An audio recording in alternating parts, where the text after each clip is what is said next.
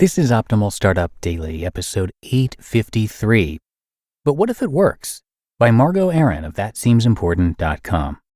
And I'm Dan, and I'm here with you every single day reading from these great blogs on entrepreneurship. And that's what I'm going to do right now without any further delay. So let's get right to it as we optimize your life. But What If It Works? By Margo of ThatSeemsImportant.com. Few things are more effective at eradicating a bad mood than a good movie involving unrealistically beautiful people. So, when I found myself in a bad mood a few months ago, I chose a title with Chris Hemsworth and Cillian Murphy and proceeded to get cozy with what I thought would be 122 minutes of distraction from the noise in my head. And while these gorgeous men were easy on the eyes, they were not beautiful enough to salvage In the Heart of the Sea. I couldn't tell if it was the script or directing, but the movie was terrible. Cliched and predictable. It had such potential, too. Moby Dick told from the perspective of Melville interviewing his source subject. That's gold. And yet the execution botched what should have otherwise been a movie version of the Iliad, an epic tale of survival and fortitude. Instead, it was slow and boring. It got me thinking about how an idea becomes a thing, and how the ideas I've had that are easiest to talk about and explain often are the worst executed.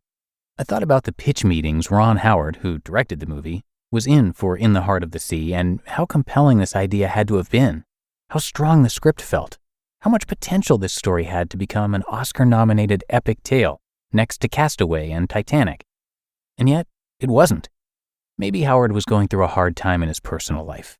Maybe the screenwriters slacked on the job because they got high off hubris. Maybe the screenwriters wrote a better script, but the producers insisted on edits to make it quote-unquote, more marketable or appealing to a mass audience. So they made all the revelations too on the nose, stripped it of subtlety, and stole its power.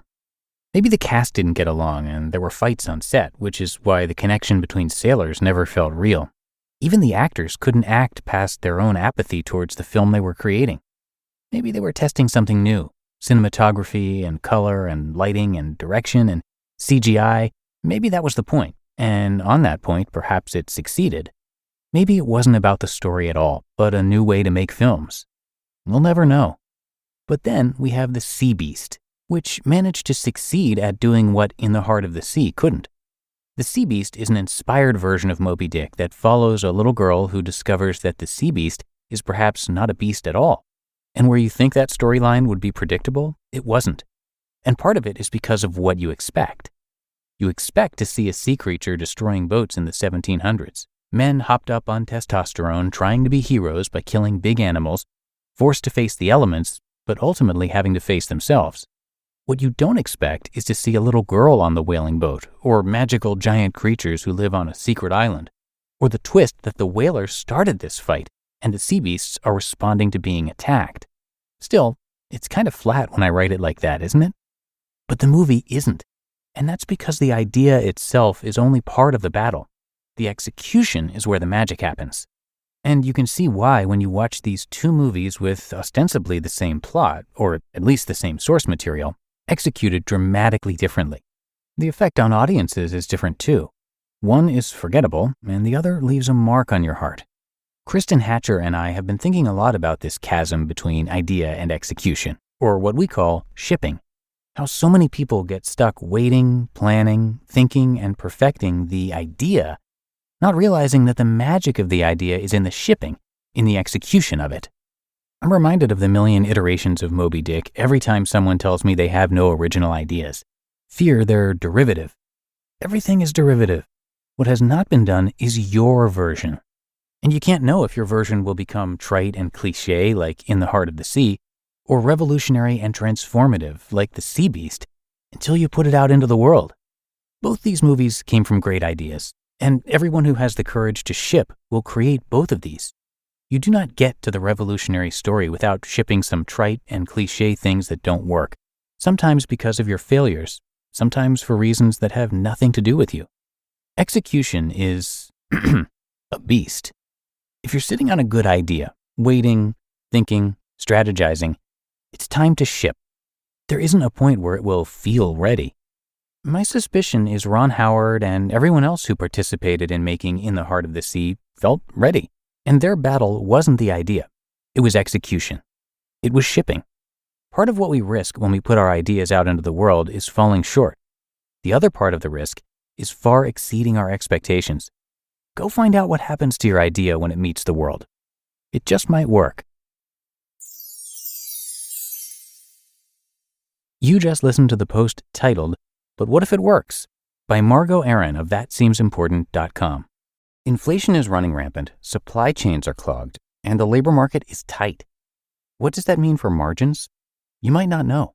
And if you don't know your numbers, you don't know your business. But not every business is in the dark. Over 33,000 businesses know their numbers because they use NetSuite by Oracle, the #1 cloud financial system. NetSuite is the #1 cloud financial system to power your growth. With visibility and control of your financials, inventory, HR, planning, budgeting, and more, NetSuite is everything you need to grow, all in one place. With NetSuite, you can automate your processes and close your books in no time while staying well ahead of your competition.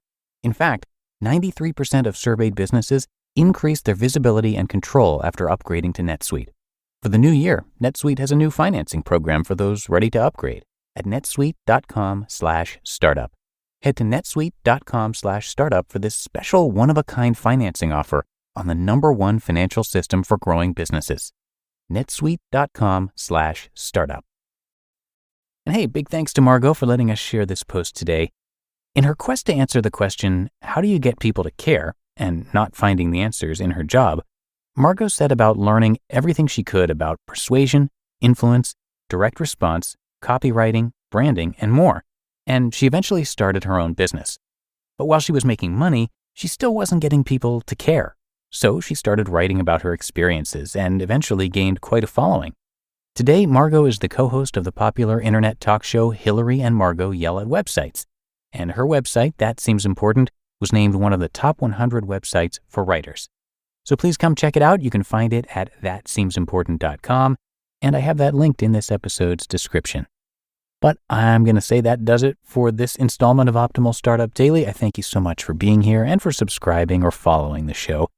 Hope you have a great rest of your day, and I will see you right back here tomorrow, where your optimal life awaits.